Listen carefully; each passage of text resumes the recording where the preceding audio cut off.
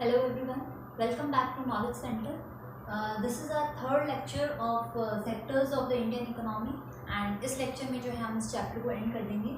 So आज हम discuss करेंगे first of all about organized and unorganized sector. तो सबसे पहले हमें ये पता होना चाहिए कि organized and unorganized sector क्या होते हैं. देखिए ऑर्गेनाइज सेक्टर एक ऐसा सेक्टर ऑफ एम्प्लॉयमेंट होता है जिसमें पहली बात तो जब आपको रखा जाएगा तो आपको एक अपॉइंटमेंट लेटर इशू किया गया है, आपके नंबर ऑफ आवर्स जो है वर्किंग के वो फिक्स हैं, आपकी सैलरी फिक्स है जो आपको दी जाएगी, आपको पेड लीव मिलेगा, संडेज का आपके ऑफ रहेगा, मेडिकल अलाउंस आपको मिलेगा, हाउसिंग फैसिलिटी कई जगह भी मिलती है. मीन्स कहने का मतलब है कि बहुत सारी नंबर ऑफ फैसिलिटीज़ जो हैं वो आपको मिलती हैं. और सबसे बड़ी बात एक sense of secure job security रहता है कि हाँ भाई ऑल ऑफ अ सडन आपको जॉब से नहीं निकाला जाएगा. अगर आपको जॉब से टर्मिनेट भी किया जाता है तो आपको प्रायर नोटिस दिया जाएगा और आपको साउंड रीज़न होने पर ही जो है निकाला जाएगा. तो ये सारे क्या हैं फीचर्स ऑफ ऑर्गेनाइज सेक्टर. अगर हम बात करें अनऑर्गेनाइज सेक्टर की तो अनऑर्गेनाइज सेक्टर क्या होता है, इसका जस्ट ऑपोजिट.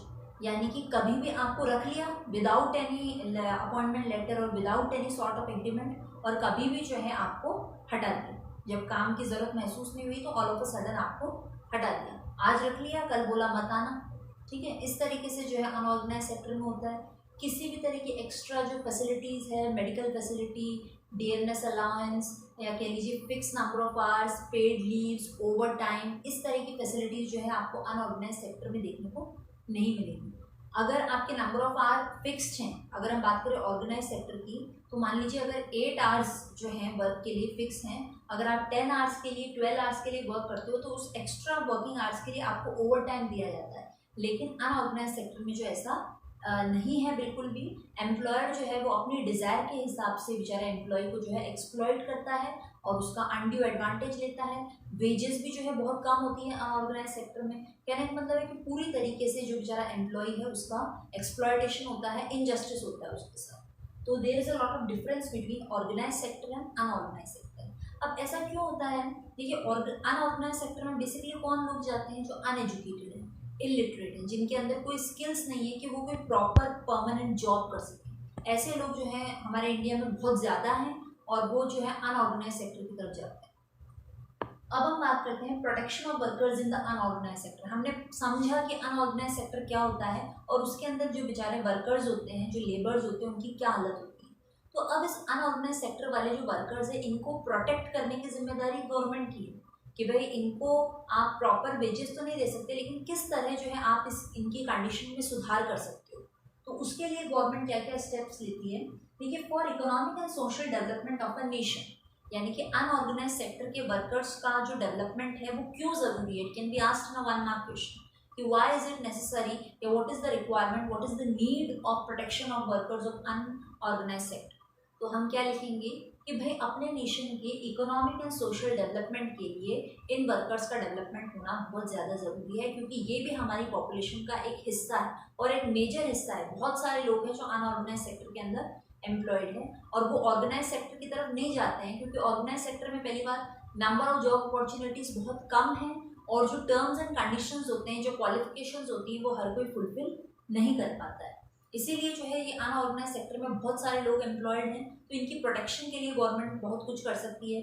जैसे मान लीजिए, देखिए पर्टिकुलरली रूरल एरियाज जो है, गाँव के जो इलाके होते हैं, उनके अंदर ये अनऑर्गेनाइज सेक्टर में कौन से लोग होते हैं? जो लैंडलेस लेबर है, जिनके पास अपना खुद का कोई लैंड नहीं है, जो दूसरे की ज़मीन के ऊपर मजदूरी करते हैं, वो बेसिकली देखे जाते हैं. या ये वीवर्स हो गए, ब्लैक स्मिथ हो गए, ठीक है, किसी भी तरीके के लोग जो अदर किसी प्रोफेशन में लगे भी हों अपार्ट फ्रॉम एग्रीकल्चर, जिनका की सोर्स ऑफ इनकम रेगुलर नहीं है, जॉब इनका परमानेंट नहीं है. और अर्बन एरियाज में भी इस तरह के लोग आपको देखने को मिलते हैं, जैसे कि हमारे कैजुअल लेबर्स होते हैं, वेंडर्स, हॉकर्स होते हैं, जो कि स्ट्रीट्स पे अपना सामान सेल आउट करते हैं, या जो लेबर के तौर पर जिनको हायर किया जाता है, डेली वेजेस प्रोवाइड की जाती हैं. तो ये सारे क्या हैं? कैटेगरीज ऑफ अनऑर्गेनाइज्ड वर्कर्स, जो कि रूरल एरिया में भी देखे जाते हैं और अर्बन एरियाज में भी देखे जाते हैं.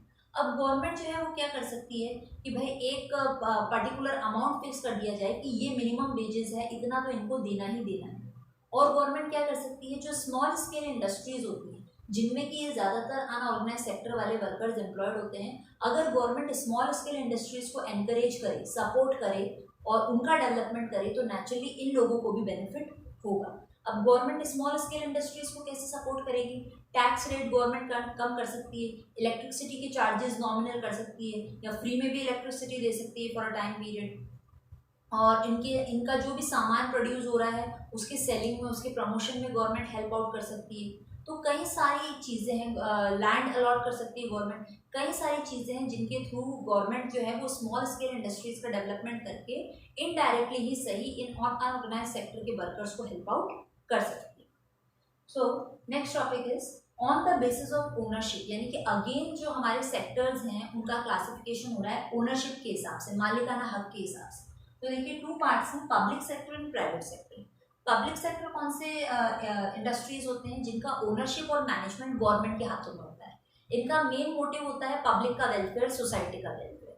अगर हम बात करें प्राइवेट सेक्टर की, तो प्राइवेट सेक्टर का ओनरशिप एंड मैनेजमेंट जो है वो प्राइवेट इंडिविजुअल्स के हाथ में होता है, और इनका मेन मोटिव होता है अर्निंग प्रॉफिट। एग्जाम में अगर आपसे डेफिनेशन पूछा जाता है, चाहे 1 मार्क की क्वेश्चन क्यों ना हो, don't forget to mention at least 1 और 2 एग्जांपल्स। पब्लिक सेक्टर के केस में हम एग्जांपल्स लिख सकते हैं LIC और SBI, state bank of India. And private sector के केस में number of private companies are there, Reliance है, टाटा है, बिरला कंपनी है, all these are examples of private sectors. So next point is government needs to support private sector. हमने पढ़ा भाई private sector क्या होता है, पब्लिक सेक्टर क्या होता है। अब गवर्नमेंट को जो है प्राइवेट सेक्टर को सपोर्ट करना चाहिए। अब अगेन क्यों करना चाहिए?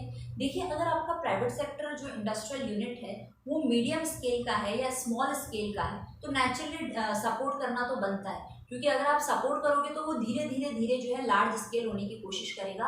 और क्योंकि प्राइवेट सेक्टर बहुत सारे अनऑर्गेनाइज लेबर को भी एम्प्लॉय कर रहा है, ऑर्गेनाइज लेबर को भी एम्प्लॉय कर रहा है ना, और प्रोडक्शन भी कर रहा है, तो हर तरीके से ये जो है नेशन के डेवलपमेंट में अपना कंट्रीब्यूशन दे रहा है, GDP को इंक्रीज करने में अपना कंट्रीब्यूशन दे रहा है। तो इसीलिए गवर्नमेंट को जो है प्राइवेट सेक्टर को पूरा सपोर्ट करना चाहिए। अब गवर्नमेंट कैसे सपोर्ट करेगा? टैक्सेस रिड्यूस करके, टैरिफ रेट्स रिड्यूस करके, इलेक्ट्रिसिटी चार्जेस रिड्यूस करके, है ना, लैंड अलॉट करके, कई तरीके से जो है गवर्नमेंट सपोर्ट कर सकता है to the private sector. Next issue is fair price shops. Fair price shops क्या होती हैं भाई? गवर्नमेंट क्या करती है, फार्मर्स को सपोर्ट करने के लिए उनसे जो है माल खरीद के रख लेती है और गोडाउन्स में स्टोर करके रख लेती है। फिर गवर्नमेंट क्या करती है, इस माल को चीप रेट्स पर पुअर पीपल को, अनऑर्गेनाइज सेक्टर वाले वर्कर्स को सेल आउट करती है। या मान लीजिए कोई नेचुरल डिजास्टर आ जाता है, उस समय भी गवर्नमेंट जो है इस तरीके से फूड सप्लाई करती है। तो इस तरीके से गवर्नमेंट क्या करती है, अगर गवर्नमेंट ऐसी शॉप्स ओपन करती है और इनके ट्रांजैक्शंस को, इनके ऑपरेशंस को कैरी आउट करती है, तो गवर्नमेंट एक तरफ फार्मर्स को भी सपोर्ट कर रही है, दूसरी तरफ ये जो customers low middle income group वाले, इनको भी, या पुअर पीपल, उनको भी जो है गवर्नमेंट सपोर्ट करती है। नेक्स्ट इशू है हमारा expenditure on health and education sector. ये भी गवर्नमेंट की रिस्पॉन्सिबिलिटी है भाई, कंट्री के सिटीजन्स को ये जो बेसिक फैसिलिटीज है, हेल्थ हुआ, एजुकेशन हुआ, इंफ्रास्ट्रक्चर हुआ, ये सारी बेसिक जो सर्विसेज देने की जिम्मेदारी गवर्नमेंट की है भाई। हमारे इंडिया में इलिटरेसी भी एक मेजर प्रॉब्लम है, हमारे इंडिया में हेल्थ फैसिलिटीज भी अप टू द मार्क नहीं है। कई बार हम सुनते हैं कि इन्फेंट मोर्टेलिटी रेट बहुत ज़्यादा है, कई सारे बच्चे राइट आफ्टर द बर्थ मर जाते हैं, कई सारे वुमेन जो हैं, गर्ल्स जो है माल नरिश्ड देखी जाती हैं, पुअर चिल्ड्रन के अंदर कई सारे केसेस देखे जाते हैं माल नरिशमेंट के। तो ये सारी चीज़ें जो है क्यों हो रही हैं? क्योंकि जो हमारा नेक्स्ट पॉइंट है, फूड है, न्यूट्रिशन है, ये सारी चीज़ें प्रॉपर नहीं है, हेल्थ फैसिलिटीज प्रॉपर नहीं है। अब एजुकेशन नहीं है, इलिटरेट लोग हैं, तो उनको फैमिली प्लानिंग के बारे में, बच्चों के एजुकेशन के बारे में, हेल्थ फैसिलिटीज के बारे में कोई भी अवेयरनेस नहीं किसी भी तरह का। और ये सारी क्या है, जनरल प्रॉब्लम्स हैं जो आपको डेवलपिंग नेशन के अंदर देखने को मिलेगी, और इन्हीं सारी चीज़ों से हमारा इंडिया भी काफ़ी सालों से सफ़र कर रहा है। तो ये सारे कुछ ऐसे एरियाज हैं जिनके ऊपर गवर्नमेंट को वर्क करना बहुत ज़्यादा ज़रूरी है। और अदर कुछ एरियाज देखिए, अगर हम for poor people there should be safe drinking water, housing facilities, food and nutrition. Basically यहाँ पे पुअर पीपल को टारगेट ग्रुप बनाया गया है और गवर्नमेंट को ये बताया गया है कि भाई ये पर्टिकुलर एरियाज हैं जिनमें अगर आप वर्क करोगे, इन एरियाज में अगर डेवलपमेंट होता है तो नेचुरली जो पुअर पीपल हैं उनका डेवलपमेंट होगा ही होगा।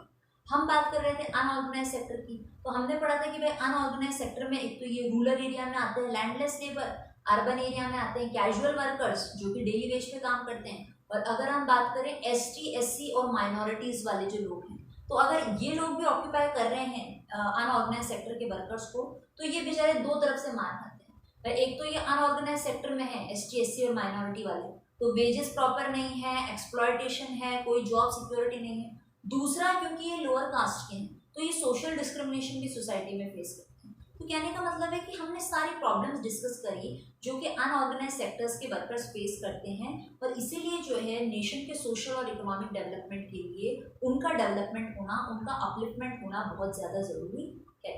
So this was all for this chapter, sectors of Indian economy. एक बार एक क्विक रिविजन ले लेते हैं। हमने पढ़ा था स्टार्टिंग में कि primary sector, secondary sector and tertiary sector क्या होता है, किस किस तरह की इंडस्ट्रीज इन तीनों टॉपिक्स में आती हैं। उसके बाद हमने इन तीनों ही सेक्टर्स को जो है कंपेयर किया था कि कौन सा सेक्टर जो है डेवलप हो रहा है, कितना डेवलप हो रहा है, किस में प्रोडक्शन ज़्यादा है, किस में एम्प्लॉयमेंट ज़्यादा है, कौन से सेक्टर को किस तरह और ज़्यादा डेवलप किया जा सकता है through the help and support of government. उसके बाद हमने ये भी डिस्कस किया था कि भाई final goods and intermediate goods क्या होते हैं, और हिस्ट्री क्या रही है इन तीनों ही सेक्टर्स की, कैसे ये डेवलप हुए हैं, प्रेजेंट सिनेरियो में इनकी क्या सिचुएशन है। उसके बाद हमने पढ़ा कि ये अनऑर्गेनाइज्ड और ऑर्गेनाइज सेक्टर क्या होते हैं, public sector and private sector क्या होते हैं, और अनऑर्गेनाइज सेक्टर के जो वर्कर्स हैं इनकी प्रोटेक्शन क्यों जरूरी है, और अदर कौन कौन से ह्यूमन डेवलपमेंट के एरियाज हैं जहाँ पर गवर्नमेंट को स्ट्रेस देना ज़रूरी है, डेवलपमेंट करना ज़रूरी है, ताकि जो है नेशन का डेवलपमेंट हो सके। So this was all for this chapter.